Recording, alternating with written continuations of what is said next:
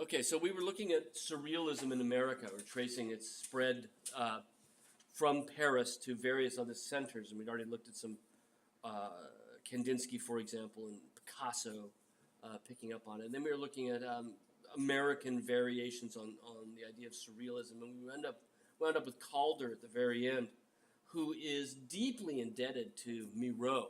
Even though he's working almost exclusively in sculpture, he painted as well. I found that out only a year ago. The National Gallery has some permanent loans of Calder works from the Calder Foundation. And he actually visited the studio of Piet Mondrian in Paris as well and began to sort of paint sort of quasi-de style works as well. But the biggest influence is easily Miro. And it's almost as if he's making three-dimensional versions of the kind of abstract-y dream spaces that Miro creates, and using the lines as analogies for the automatic painting lines that make the forms that Miro is working with. Miro's lines tend to change as they move from background to shape. You can see this this sort of area right in here where the line sort of changes the form on the piece. And I think that on a certain level, Calder's wires and the shadows that they cast sort of do something very similar. He's very interested in shadow casting, and there's in fact now a whole room of Miros at the National Gallery, which is pretty terrific.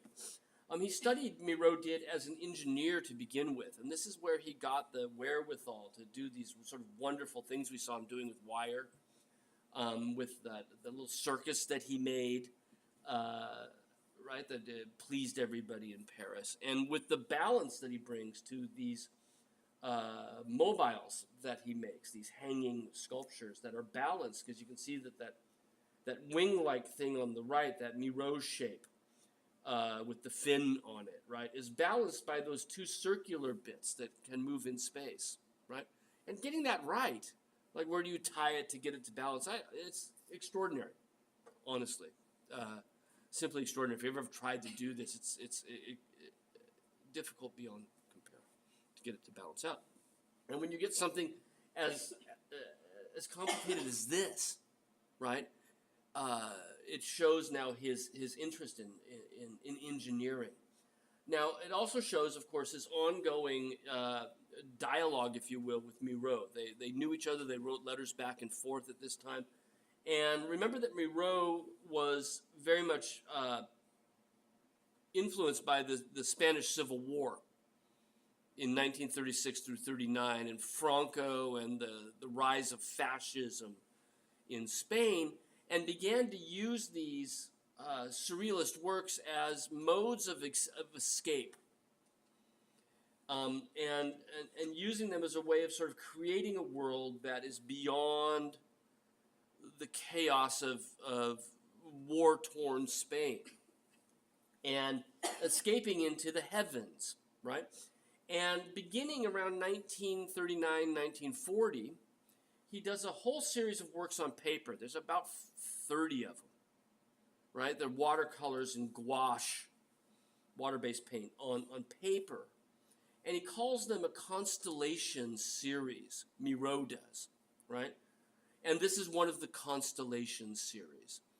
And at the exact same time he's doing that, Calder starts to do mobiles that he calls constellation mobiles, right?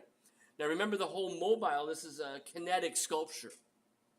Roots of it go back to constructivism, right? Roots of it go back to Gabo. But very different from Gabo in that it's not motorized, right? It's randomized because it only moves based on the unplanned currents of air within the room, right? I always go to the Calder room and try and blow on them just to make them move, because they're much more cool when they're moving. And they don't seem to mind that sort of thing, but they don't want to go up and whapping it with your hand, right? That there's a Dadaist element to this. The fact that its actual composition changes and randomly. through no real design of the artist. He can't tell it where to be at any given point, right? That has that element. But by calling it a constellation mobile, it's suggesting that the work of art is heavenly, right? It's a constellation in the sky. It's a set of stars. And Miro, even though he gives them these longer title, right? The Beautiful Bird, blah, blah, blah, blah. By calling it a constellation series, each one of them is within that. We see star shapes, which he's used in other works, right? And he had all of those works that we saw that were suns and moons and whatnot, right? Here, these are meant to be sort of seeing things in the stars. And of course, that's as ancient as the hills, isn't it? The idea of the zodiac, right? Where we see things in the stars. And Miro is doing very much the same thing. So he and Calder are having an ongoing dialogue. Not only are Calder's shapes very Miro-like, right? And during the war, he has to use wood. He'd much prefer to use cut aluminum. That's his favorite medium to work in. But during the war, the metal's all being used by the military. So he has to go back to natural wood. It's not by choice, but he's making do, right, with this. And both of these sets of works, here's what we call the stabile, right? The things that are fixed to the ground, or stables rather than mobiles, right? A stabile rather than a mobile. And again, in carved wood, Miro is one of the most famous of the Constellation series, the escape ladder, or the ladder of escape, right? Which indicates for us exactly what Miro thought about these things, that these are ways to move from the trauma of the world to escape that toward the harmony of the heavens. And this should actually say vertical constellation. I'm sorry, I got that typed in there wrong, or maybe it auto-corrected me, right? That should be vertical constellation with bomb is the real title of the Calder. And again, in direct homage to what Miro is doing, and like Miro, it's protesting war. You know, for Miro, they were inspired by the Spanish Civil War, but for Calder, of course, this is in the midst of our engagement in World War II. Yeah? And to have a vertical constellation, but then to add into it something that's obviously man-made and destructive becomes a statement on war itself, right? The heavens falling and raining on us and whatnot. Right? So Calder, for all of his well-known reputation, is really very much deeply engaged with sort of surrealist ideas. And he presents to us a kind of an interesting case because there's rarely a modern abstract artist who has the popularity that Calder has. Calder's extraordinarily popular. Public works everywhere. People love him when people hate abstract art. And it's playful, isn't it? There's something about it that's whimsical. The whole wonder of a mobile, right, is itself pretty fantastic. We like these sorts of things. You know, they remind us of things we played with when we were kids in our cribs, you know. But Calder's, of all the modern artists, right, the only one that is sort of extraordinarily popular with just about everybody. Nobody hates a Calder, you know, at least not in the same way they would hate a Kandinsky, you know, even though it's non-representational modern art, right? So this was commissioned as a site-specific commission toward the end of Calder's life to hang in the East Building, and it sits there and, you know, slowly turns. It's tons of metal, right? But these are the norms for what Calder does. Our last American surrealist is Joseph Cornell, and we've got so many Cornells here, but they're rarely on display. The Cornell Foundation left all of his works, I think, to the Smithsonian American Museum, but there's 4 or 5 in the National Gallery as well, and I really like Cornell. Whereas Calder specialized in these sort of wire-oriented engineering feats of mobiles and stabiles, Cornell specialized in these box assemblages. Now, he also did photo collages as well, very much coming out of Dada surrealism, right? We can think back to John Hartfield, Hannah Hoke, right? We can also think to, you know, Duchamp and Man Ray, right? these constructions under glass, where the assembly of materials begins to give it meaning. With Cornell, they're slightly different from these because the things that are inside of there are not his own creations, right? So with both Duchamp and Man Ray, the things that are under glass are drawings that they'd made, right?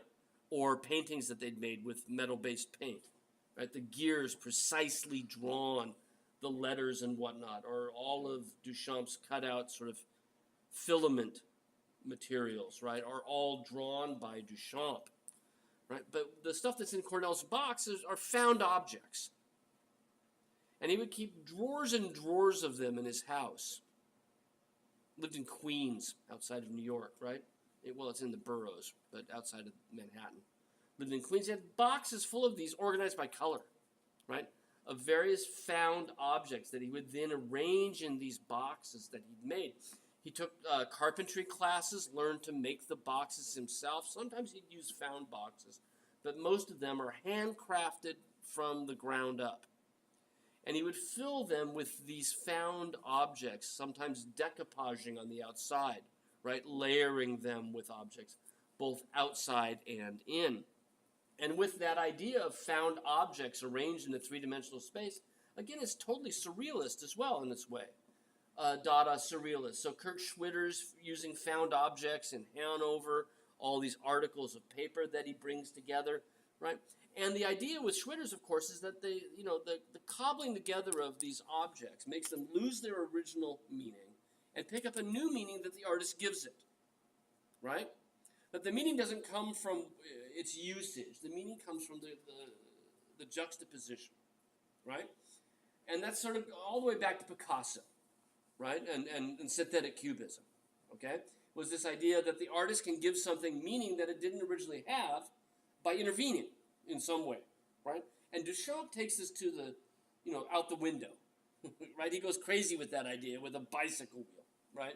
Or a urinal or whatever, right? He really takes that idea about as far as it can go. But it's the artistic act that gives it meaning, right? The artistic assembling of works gives it meaning. And Cornell is working very much the same way, right? I'm going to add it meaning, and he's totally self-taught, but he seems to be hyper aware, not only of modern art traditions, but of sort of the history of art in general, because when he brings the objects together, they become, the longer you think about it, extraordinarily rich in meaning, right? So here on the inside, what we have is sand, right? And it's poured down from that funnel-like form at the top that looks very much like the sort of thing you'd see in a kitchen when you have a flower dispenser in an old kitchen, right? But the sand has come down, down at the bottom, and it's done pouring out. Now, if we think about sand in a glass box, we should automatically be thinking about hourglasses, right? The old school timers, an egg timer, for example. You turn it over, the sand drips, and it's time passing. But once it's all dripped, time has passed, right? And that's kind of the case with Cornell, right? Here, there's a close-up. Time has passed. But what's interesting is none of the sand has fallen in that glass that's in there, right? Even though it seems to have fallen directly above it. So there's a bit of a mystery within all of this as well, right? So, but if we think about this idea of the passing of time as a theme, then we can look at the other objects that he has there. The fact that, for example, some of the areas around the side seem sort of beat up on the inside, right? Again, the metaphor of the passage of time. The glass is broken, right? It's been used, it's been destroyed, right? Maybe even, and this is a long-standing art historical theme, the broken glass is the frailty of life, right? We are all glasses in one way or another, and we can all be broken at some point, right? So just as the sands have gone out, the glass has also sort of, seen the end of its use. So this is really kind of about life and death, right? It's sort of a humanist message, and you'll notice that it's been this decoupage, right? So it's been glued down, this paper that's been glued to the box, and can you see that it's in Italian, all of the paper that's here is in Italian. And Cornell is, of course, in New York, so he has access to publications in other languages. I don't think it's newspaper. I think it's from a novel, right? But the bottom line is, by using Italian, he's sort of adding a reference point. Because Italy is, what's Italy famous for to an artist, right? Okay, to a lot of people it's spaghetti and things like that, right? But to an artist, it's the Renaissance, right? It is the history of art, is Italy. It's ancient Rome, right? It's all the heavy hitters of the history of art wrapped up, right? So the language has a metaphoric meaning. And again, if we couple that with passage of time, right, then this is evoking a sort of a past time as well, right? And all of these ideas now become to sound even more sort of surrealist, right? And then we look inside the box and we can see that the walls on either side, and I only have this one view, but the other side as well, the inside of the box has also been wallpapered, if you will, right? Just like the outside of the box has. And it's been wallpapered with star maps, maps of the heavens, with the zodiac signs, right? The zodiac forms drawn over the top of the stars. And so he's sort of tying this idea now to something bigger, right? To the heavens beyond, just like Calder, just like Miro. That his works are meant to sort of bridge our world with something greater, something beyond, something more supernatural beyond the natural, right? I wish I could make some of these. They look like they'd be fun to put together, because with Calder, there's an extraordinary, with Cornell, there's an extraordinary meticulousness, preciousness to the way he puts these together, right? And then puts them under glass, and they become like specimens, right?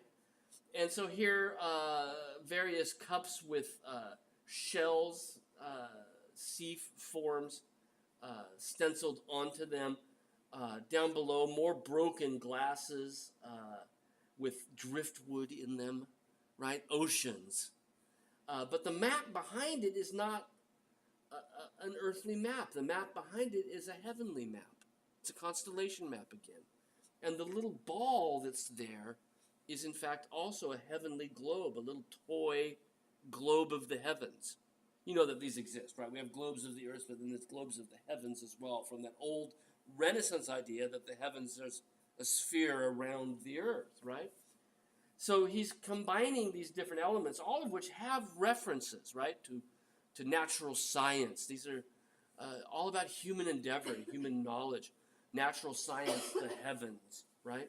But again, time passing of complete glass on the right.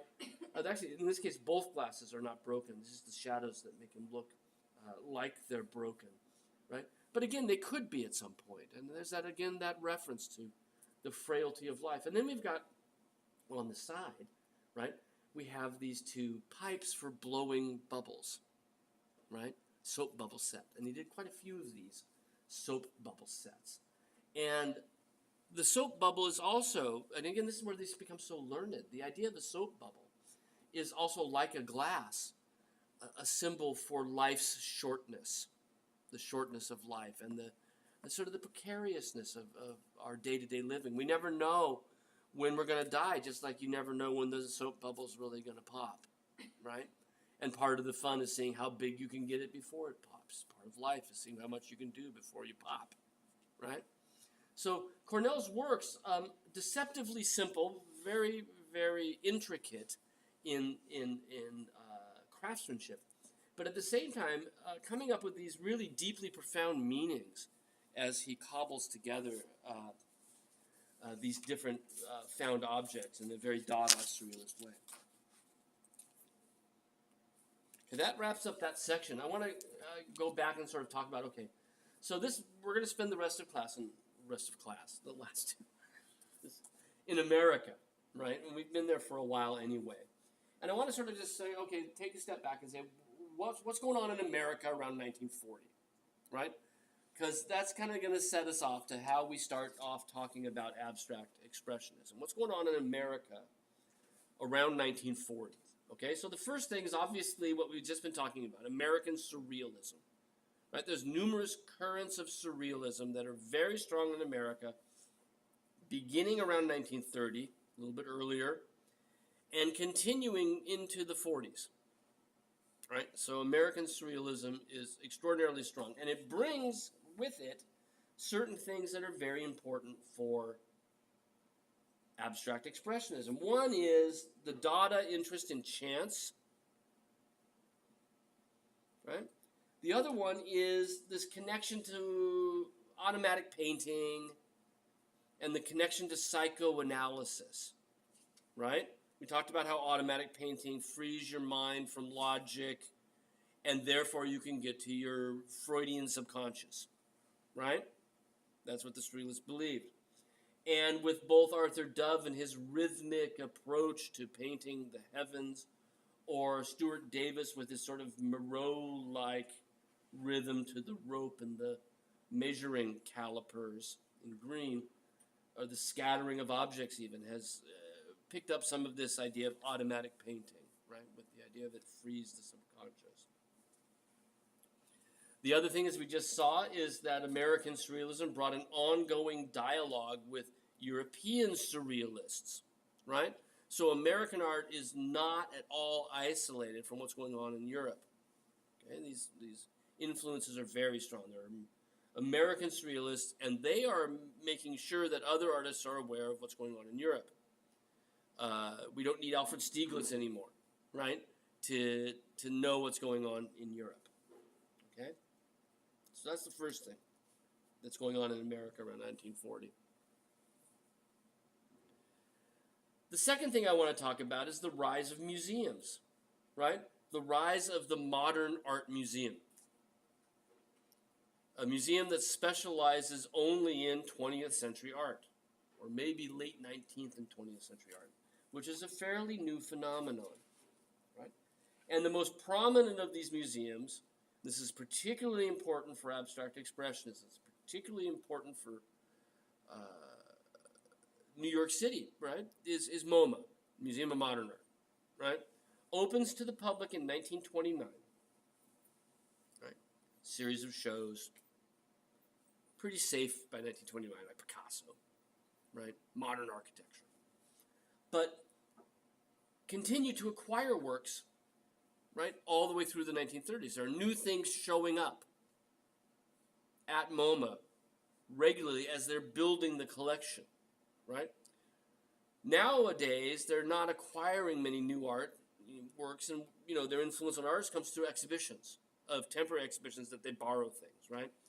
But at that point, new things are popping up regularly, and all of a sudden, artists interested in the art world are going down, going like, "Wow!" They bought Murrow's painting on the left in 1934, the year after it was painted, right? The Escape Ladder came a lot later, right? But MoMA has a huge influence on the direction of art in New York City in the 30s and 40s, because it's introducing artists to things they hadn't seen before, focusing them more and more on what it means to be an avant-garde artist, and helping to replace some of our more traditional artistic directions like regionalism with more forward-looking, more adventurous, less traditional forms of art, abstract art in particular, right? So MoMA is a huge player insofar as introducing artists to what's going on in the art world.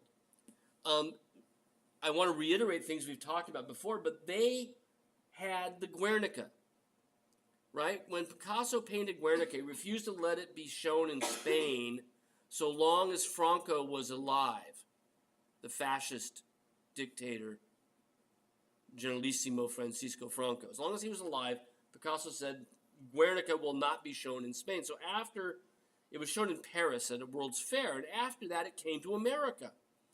And it was on more or less permanent loan to MoMA, Museum of Modern Art, right? And they took it and they sent it around the country, Guernica. From 1939 onward, it was on a sort of permanent tour through the United States for like over 10 years. People saw it because MoMA was shipping it out. And at first it was to protest war, right, which is what Picasso wanted it to do. But it continued to be sort of floating around the country at various exhibitions, all the way to 1952, right? But that's all MoMA's doing. That's all the Museum of Modern Art's doing, is to expose America to modern art, right? This is pretty fascinating in that way back when, like 1907, okay, this thing sat in Picasso's private collection all the way to 1924, right? He never sold it until 1924. And in 1924, he sold it to a private collection in Paris. It still was never seen. And then MoMA got it in 1937, right? At which point, it's like a brand new work because nobody had seen it since 1907, right? It had not been on public view. It had not been loaned to exhibitions. There hadn't been major exhibitions that it could be loaned to. And all of the reproductions, that's the only thing people saw, were little reproductions in magazines, and they were all blurry and in black and white. And when this thing shows up at MoMA, people go, holy moly, this 8-foot painting, right, has a huge impact. So again, MoMA introduces people to these works of art, right? MoMA's not alone. There are other places. Now, they've got this work now. They picked it up in the 50s, but in the 1930s, mid-1930s, Kirchner's work was in a gallery in New York on public view, right? So this idea of the rise of displaying modern art, MoMA is at the vanguard of this, but they're not alone, right? Artists had access to everything you've learned about. And especially in New York, it was right around them, okay? Other museums, the Guggenheim. We've seen a lot of works of art that came out of the Guggenheim collection, right? Before Frank Lloyd Wright built the big circular museum building that you may know on Fifth Avenue, the Guggenheim already existed, right? Solomon Guggenheim had given the money for this, but it was called the Museum of Non-Objective Painting, right? Non-objective, non-realistic. And it opened in 1936. And they have a huge collection, right? They're really good with Kandinsky. So if you think about the kinds of works that artists who are interested in groundbreaking avant-garde art, the things they have access to, they're pretty extraordinary, right? Kandinsky's out there. Utterly non-objective art is available at their own sort of front yard. NYU had a gallery. New York University had a gallery called the Gallatin Museum, which was also known as the Museum of Living Art. And this opened to the public in 1927, right? So, again, with all of these museums around available to see contemporary art, meant that artists in New York in particular had an extraordinary opportunity to see and study all of the different trends within European art where representation has been abandoned. Right? I also would be remiss if I didn't mention the Phillips collection. Right? Duncan Phillips, who helped support Arthur Dove, right? Remember we talked about him before, opened up the Phillips collection in 1921. It is the earliest modern art collection in the world, right? And he opened it specifically as an educational institution, right? The whole reason Duncan Phillips allowed his private collection of works to be put on public display, gave over his townhouse in DuPont Circle, right? is to show artists contemporary art. Right? And he buys things throughout the time, right? When he opens in 21, the Vion is already part of the show, right? But he's constantly acquiring new works. So in the same way here, there is this constant influx of things that are surprises for artists, right? So that's the second thing, right? The first thing was surrealism in New York is one of our big issues when we're talking about what's going on in art around 1940. The second thing is this rise of museums dedicated to modern art. Right? That's number two. Number three is, in addition to having increased access to the works in museums, we have got expats everywhere. Right? Artists, because of the war, are fleeing Europe and coming to take refuge in America. And nobody was talking about building a wall back then, right? Coming here to take refuge. So, Moholy-Nagy, right? I don't know why I didn't bring him in here. Okay, well, I cut some out, I guess. Moholy-Nagy ends up in Chicago, goes from there to Yale. André Masson comes in 1940. Max Ernst is here. We talked about that. I don't have a slide up there for him, right? But Max Ernst shows up in 1939. They are fleeing fascism in Europe, right? And they are coming here, and becoming engaged with the artistic community, right? Moholy-Nagy, after going to Chicago, he found something called the New Bauhaus in Chicago. Lasts only a year, right? And then he goes off to Yale Art School, right? Walter Gropius, who founded the Bauhaus, ends up at Harvard University, right? They're all here. Pete Mondrian, right? New York City, 1940, spends the last 3 years of his life in New York. So the art scene in New York is incredibly international, right? The modern art scene is all of these people. George Gross, Max Beckmann, they both come in the 30s, right? George Gross ends up teaching at the Art Students League in New York. Beckmann spends the last 4 or 5 years of his life in New York City, right? They bring their interests in expressionism, right, to New York.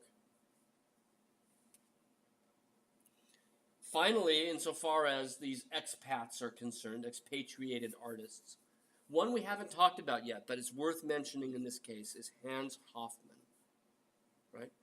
He fled Germany in 1932. Most of our German artists came earlier because of the rise of Hitler before the war, right?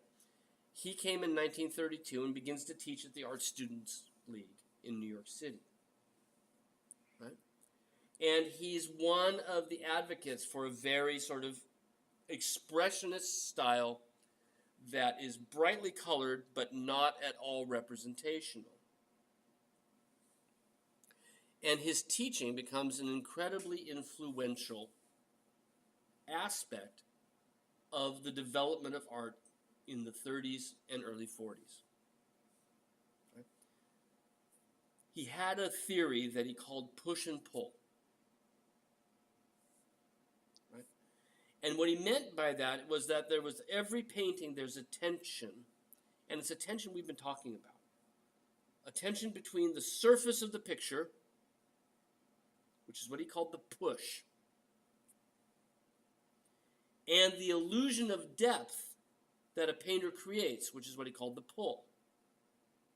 Right? So the surface of the canvas pushes at you, but the creation of depth pulls you in. And that even when you're abstract, the shapes and colors will still create a sense of depth. Will still add to that push and pull. He calls them forces and counterforces within the picture. And it's the artist's job to play with those forces. right? But he says that the fact that it's contradictory forces within the picture make the picture alive. They make it dynamic. And they make the picture an analogy for your own experiences in life. It lives like you live. It throbs like you throb. That sounds nastier than I mean it to sound, right? It breathes. It moves, right? It's like our bodies. Our bodies are, right, a series of forces, homeostasis, right, that balance each other out eventually and allow the organism to survive. Hoffman's saying something very similar about the organism of the painting, right? And he becomes a very, very prominent teacher and an important one for what comes to be known as abstract expressionism, right? So all of these different influences, the expatriated artists, the wealth of works of art seen through museums, plus some of the ideas that are still floating around from surrealism, right? This is the mix that gets us to abstract expressionism. Okay. So Arshio Gorky, our first ABEX artist, abstract expressionist artist.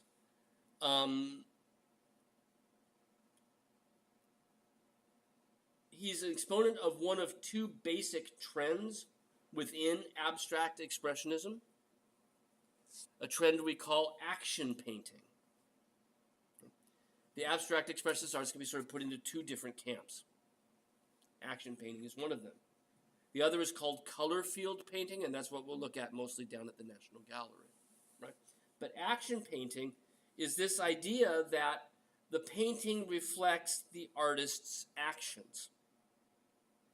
That the paint as it appears on the canvas are these traces of where the artist has been, where the artist has moved.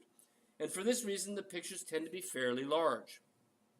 Some even mural size. This one's only about 4 feet across the base, but that's still pretty big in the grand scheme of things, right? 3 feet tall, 4 feet across the base.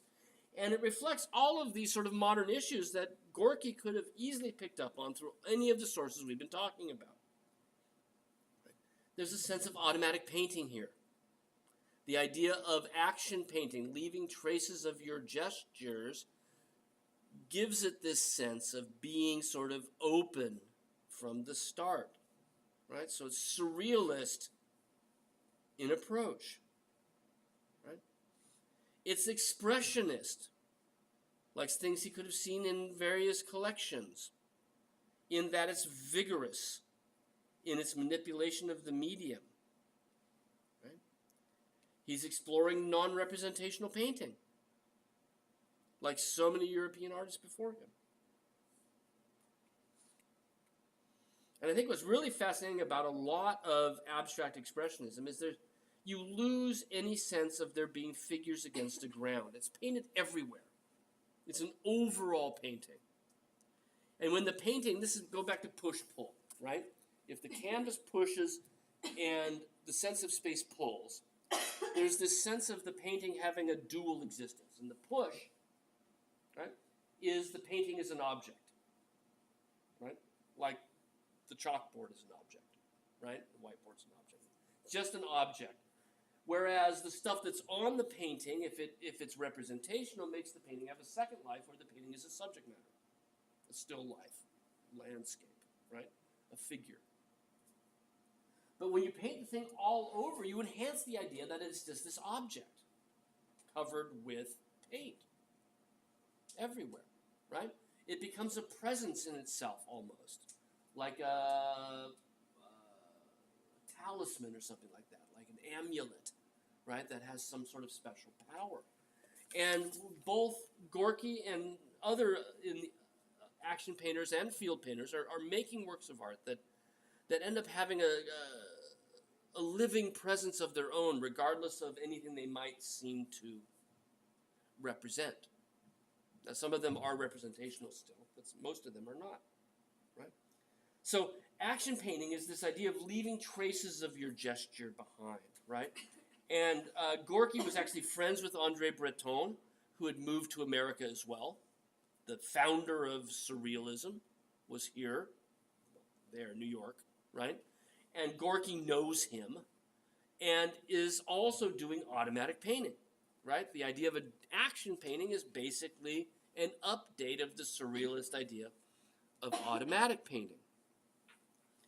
And what Gorky does is he waters down the paint. Now, this is oil paint, so it's turpentine, right? He oils it down with paint, or waters it down with paint thinner, so that as he's painting and leaving these gestures, he has absolutely no control over what's going to happen insofar as the dripping is concerned, right? And again, that's so Dada, isn't it? To have it not understand what's going to happen. That's Hans Arp dropping the papers, right? That's Marcel Duchamp sealing down the dust that's fallen on the large glass. He doesn't know exactly what's going to happen. Breton saw this picture and gave it the title, One Year the Milkweed. Well, milkweed is a sort of like tansy. It's this weed that grows, right? And this was actually painted on Gorky's wife's family estate, which is in Leesburg, right? Just up the road, just up 7 from here, right? So he's a local artist, right? He spent a lot of time here in Virginia. And what he's trying to do is he's working with this, is he's outside, I think, and he's sort of inspired by the growth around him, and he's hoping that the streaks as they fall sort of evoke the idea of the falling tendrils of, things like kudzu, right? As they grow in the woods, and you get the vines that creep down, right? That the paint ends up emulating that idea without actually drawing it himself, right? And what we end up seeing are these shapes and forms that also seem to owe a little bit to artists that we've been talking about, right? I had to pare down Gorky because we're never going to get through everything if I went too far with him. But he starts off with sort of more, constructivist cubist sort of style, a little bit more tightly rendered, less open to this mature style of, I call it mature because it's his sort of signature style of the turpentine paint that drips, right? But you can see that some of the shapes seem to be sort of randomly or automatically drawn, and they have some of the organic flavor that we still have in his works from the 40s, right, as he's developing in that direction. And as you can see, he's channeling all of these American movements, right? American Surrealism, Stuart Davis. If I showed this to you as an unknown on a slide and you said Stuart Davis, I'd give you points, because it reminds me so much of what Davis is doing, right? I meant to skip this picture. Sorry about that. Right, there we go. I was going to cut those out of there. Obviously, also equally indebted to Miro, right? Really picking up on ideas out of Joan Miro, who seems to be the single most influential painter that came out of the Surrealist movement. Everybody seems to be picking up on Miro. Right?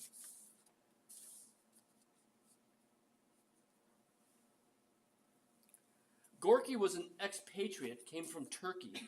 He was an Armenian, and he fled the Armenian genocide in Turkey. Came to America via Russia. Had a really horrible life. His mother died in his arms when he was 15 years old. She starved to death in Russia as they were fleeing from the genocide in Turkey. And then, God, at the end of his life, his wife left him for his art teacher and took his daughters with her, right? And then he had a colonoscopy. He had his colon removed because he had colon cancer, right? And then his farm burned down, and he lost like 2 years of work in his farm. He eventually killed himself. I had nothing left to live for. It's really a horrifying story. A lot of Abex is difficult. Difficult pictures, difficult people, living difficult lives. And for my money, none of them are as difficult as de Kooning. I just have never... My brother's a painter now. He's quit his job and he's painting. And he loves de Kooning, and I just don't get it. I get it, but I don't like it, if that makes sense, right? Like, I can appreciate art that I would never own. I remember there was a big de Kooning show at the Hirshhorn about 3 or 4 years ago, and Dr. Kovacs over in the philosophy department, who I'm friends with, took his daughter, who at the time was about, I don't know, 12, and she goes, "Why are they all so ugly? Is he trying to be ugly?" And I think that's exactly the case, is that he's trying to be ugly. Now, de Kooning and Gorky were actually friends. They were both expatriates. Gorky came from Turkey via Russia. De Kooning's Dutch, right? And they both said they kind of felt like aliens here, and that's part of the reason they became friends. There's also a lot of angst in both of their pictures. Consciously difficult, purposefully ugly, right? De Kooning said that art was never, for him, anything that was peaceful or pure. It's furious, it's muscular. I think it's kind of violent,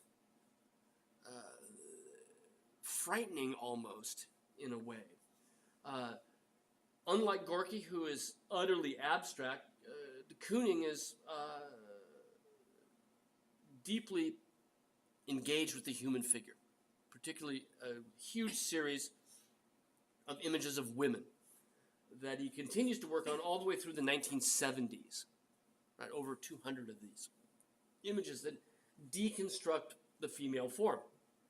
Now, images of women have been a staple of art anyway, going all the way back to ancient Greece. Earlier, prehistoric, fertility figures.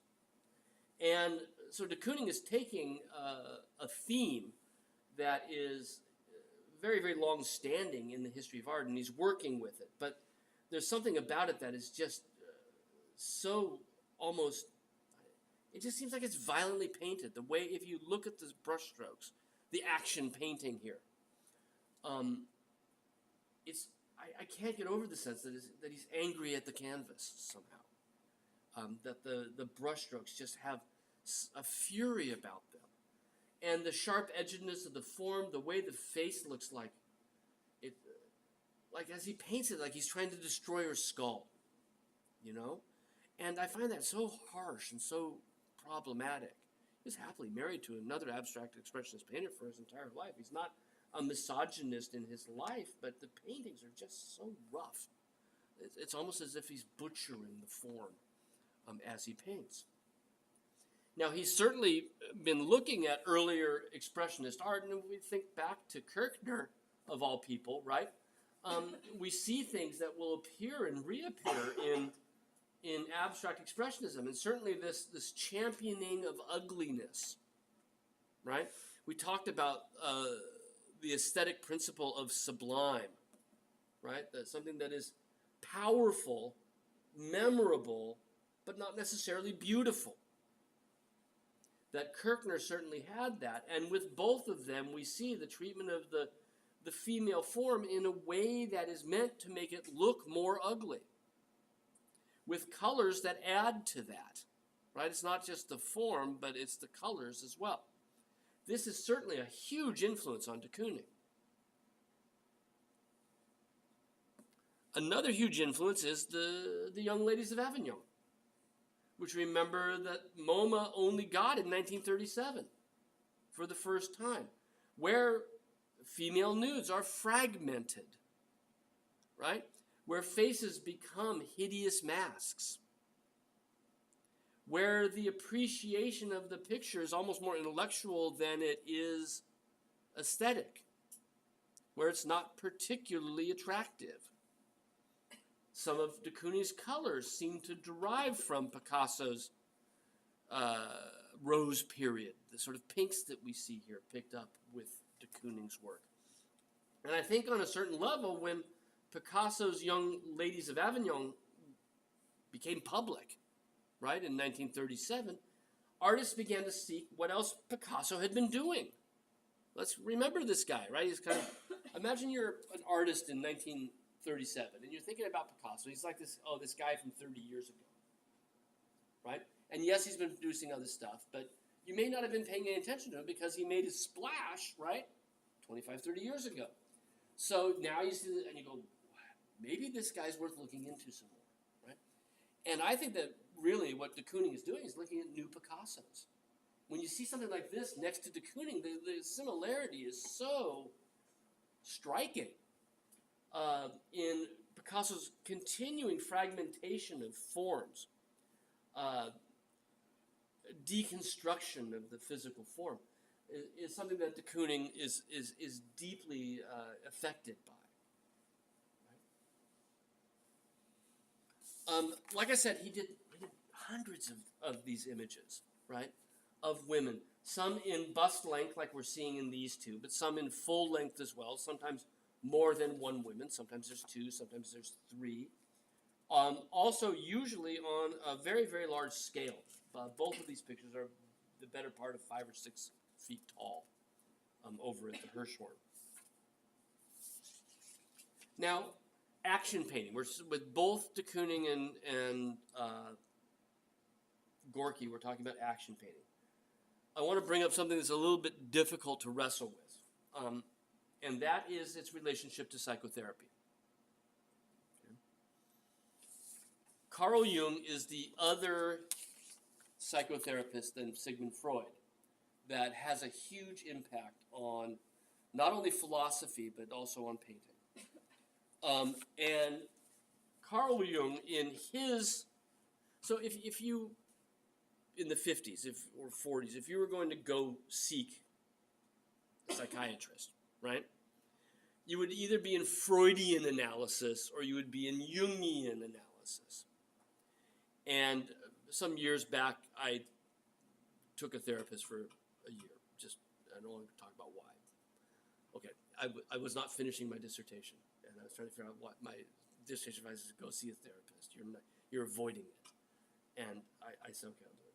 And I asked my therapist, are you a Jungian therapist or a Freudian therapist? He said, I'm not really either, right?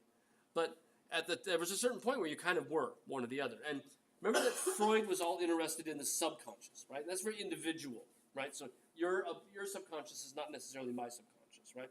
Your subconscious, David, is your past, your memories, the things that you don't necessarily acknowledge, but that affect everything that you do. That's what Freud would say, right? And they're the things that you pick up,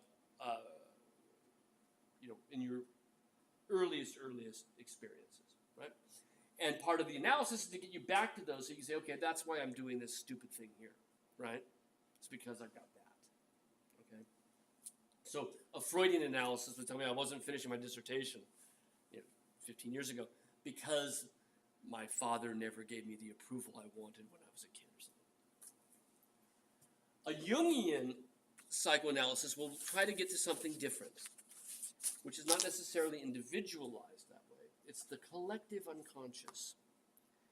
And this is the idea that we all have a primal ancestral memory that's been passed down from generation to generation. That it's not individual to David and me, right? But it's universal. All humankind shares this legacy. It kind of sounds like theosophy, doesn't it? There's some sort of legacy we all share. And that our unconscious actions, right? The things that we do when we don't think about them, the movements that we make, which are not deliberate, right? Those are based on this collective unconscious. So subconscious is individualized, and unconscious is shared, right? That there is this root of things that we can all draw from, right?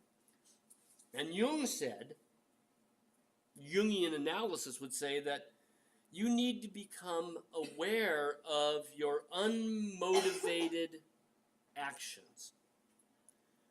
When you do things that aren't deliberate, take note of that. Remember that, because those are the clues to the collective unconscious. Right? Those undeliberate, unmotivated actions, movements, decisions, right, are a hint to what makes us all human. And he called this self-actualization, right? This becoming aware of undeliberate movement, undeliberate choices that we make in life. Now, hearing this idea that we need to somehow record our actions in order to understand our humanity, right? That's one of the principal motivators behind action painting. Because what action painting does is it records actions. It records the gestures of the painter. Now, for de Kooning, it's a bit more deliberate in that it's figurative. But at the same time, the red slash where the teeth appear or seem to reappear on the right has a certain sense of being an open gesture, that he's leaving a trace behind. Right? And now he's got something that they can look at and say, this is a clue to something beyond just the painting. A clue to the collective unconscious, the thing that makes us human and makes us all one in some way. An avenue to something greater. Now, obviously, the best artist to talk about when we're talking about Jungian analysis and self-actualization is Pollock, because he doesn't even touch the canvas, right? What we have are gestures in space, and the stream of paint that's laying on the floor below his feet, right, is in fact the record of the movements above it, right? And we know also that Pollock was in therapy, and his psychiatrist was a Jungian psychiatrist. So he's deeply immersed in these ideas, right? That the paintings are a trace of his actions. The paintings are a record of his life, of his movements. And that's part of the reason he titles them things like this. Number 1, 1950. It's the first painting he did in 1950. Well, that's a record, isn't it, of what he's doing in 1950. The Hirshhorn has number 25, 1950, right? Each one of them a record of where he was at that particular moment. So action painting, when we think about action painting, right, there are numerous reference points that point to how do we derive meaning from something that's abstract, right? And on one level, there's the whole surrealist idea of action painting, of automatic painting, right? Which brings us to a sort of Freudian side of things and our own unconscious, subconscious. Then there's the Jungian side of things that's talking about recording our actions with a way of discovering something much more human about ourselves and our connectedness to everyone else. These are things that are running behind the minds of these painters as they're working on these pieces. 10 minutes, we'll see if I can get through the next two action painters, and that should stop our stuff. So, we'll talk about Pollock downtown, right? We'll look at this because it's up and have a chance to sort of talk more deeply about Pollock downtown. Franz Kline, he's not out on display at the National Gallery right now, so we should talk about him here. Another action painter where, again, the subject matter of the piece, even though it has a title, is the artist's gesture is the primary subject matter, right? The record of how the artist moved. Now, in this particular case, he's using that gesture in homage to a friend of his named Merce Cunningham, who was a prominent choreographer. In fact, one of the most prominent modern dance choreographers. He only died a few years back, but is probably to modern dance what Picasso is to modern art. Just one of the figures that you can't talk about modern dance without talking about Merce Cunningham. And Franz Kline and Merce Cunningham were teaching together at a college in North Carolina, which is still there outside of Asheville, called the Black Mountain College. It was actually founded by a bunch of guys from the Bauhaus when they fled Germany. And it became this hotbed for really adventurous artwork, right? And Merce Cunningham is teaching dance there. Franz Klein is teaching painting there. The students include people like Jasper Johns, right? Who's the musician that John Cage, who would slam the piano, right? All of them just breaking every possible rule in their own particular art form. And Klein said that this particular gestural work was intended to be two Merce Cunningham dancers inhabiting space on stage. But at the same time, I don't think that really matters, because most Franz Klein pictures look very much the same, with these broad black gestures on white. Now the pictures, it's hard to tell in the classroom. It's about 3 times that big. He's painting with three to 6 inch house painter's brushes, right? And the way he made these was he would make collages out of old phone books and smaller brushes on just cheap paper, and then he would put them on an overhead projector, and he would shine them on the wall where he had tacked up a piece of canvas, not stretched or anything, no stretcher bars, right? Just nailed a piece of canvas to the wall, and then would sort of go over it again with this gesture. And now he's using his entire body, right, to get into this piece. And so you begin to see how this idea of of engaging with work, of immersing yourself in it, and having it then record where you've been and how you've moved, right, becomes that much more extraordinary when you're working on this scale. So there's Franz Klein, right, cigarette in hand. How any of them lived past 45 is beyond me for the amount that they smoked, right? But that gives you a sense of the scale of these things, right? They're mural-sized works that you immerse yourself in, and Franz Klein did that. Now, where did he arrive at this signature style of black forms on a white ground? A lot of people think it came from where he grew up. He's from rural Pennsylvania, Wilkes-Barre. And there were these old ironworks in Wilkes-Barre, when silhouetted against the sky, bear amazing resemblance to his forms that he chooses. And so that's a distinct possibility, is that he's mining childhood memories. Again, psychoanalysis of art, right? Other people have suggested that he might be looking at Chinese calligraphy, because they do sort of have a look of sort of enlarged Chinese letters, Chinese characters. But that's a little bit compromised as a theory by a couple of things. And one of them is that he paints the whites as much as he paints the blacks. Sometimes he'll come back in and paint the whites over the tops of the blacks. You can even see in that V shape at the top here how, in fact, some of the whites have been painted back in, or down below how the black has run and the white has bled over the top of it, right? There are numerous places where the white is laid in later, right? So even though they're broadly gestural and you pay all of this attention to the black strokes that move across the canvas, you can also see that, in fact, there's more to the construction of the painting than just that. You'll also notice that he painted this the other direction. Look at the way the paint's running in the picture, right, in the detail. That as he actually, think of how he's painting this, right? He's got a sketch he's done, he's projected it on the wall, and he's going into the wall this way. But he has it 90 degrees to the right as he's painting it. And then he upends it this way, which means that the whole idea of 2 dancers was probably an afterthought to the gesture that he began the picture with.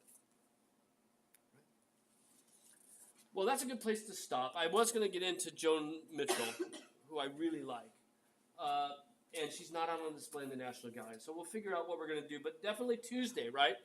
Tuesday, front of the main house, a little bit before 3 if you can. I understand that's difficult for the people who are cutting out of another class. So we won't leave without you. Get there as soon as you can. And I may send a cab, the first cab first, right? And then the second will catch up, okay? But be sure on Tuesday that you bring something to take notes with, right? Because we'll be talking about works of art just like we do here in class. Okay? Have a good weekend. Oh, wait, one last thing. Sorry, we got a minute. I ended early, so I will do the peer review on your ABEX essay, so you don't have to worry about that because you're writing your essay for your final essay for me, your revision of that, plus you're gonna have to do a revision of the ABEX for the writing intensive people. So I'll do the peer review on your things this weekend, okay? Now, the second thing about that is obviously these two things are looking like they're gonna come in at almost the same time, right? You guys can have until Monday on the final paper if you need it. Okay? I don't think that's a wise idea because Monday your finals start and you want to be spending the weekend with this not in your hair. But if you feel you need the extra time to work on your paper, Monday works for me. Okay? But I just as an advisor, I would say that might end up snowballing your problems in finals week. That's because our final's not until Friday. So, okay? Good enough. I'll see you guys on Tuesday. I keep saying Monday, but on Tuesday in front of the main house.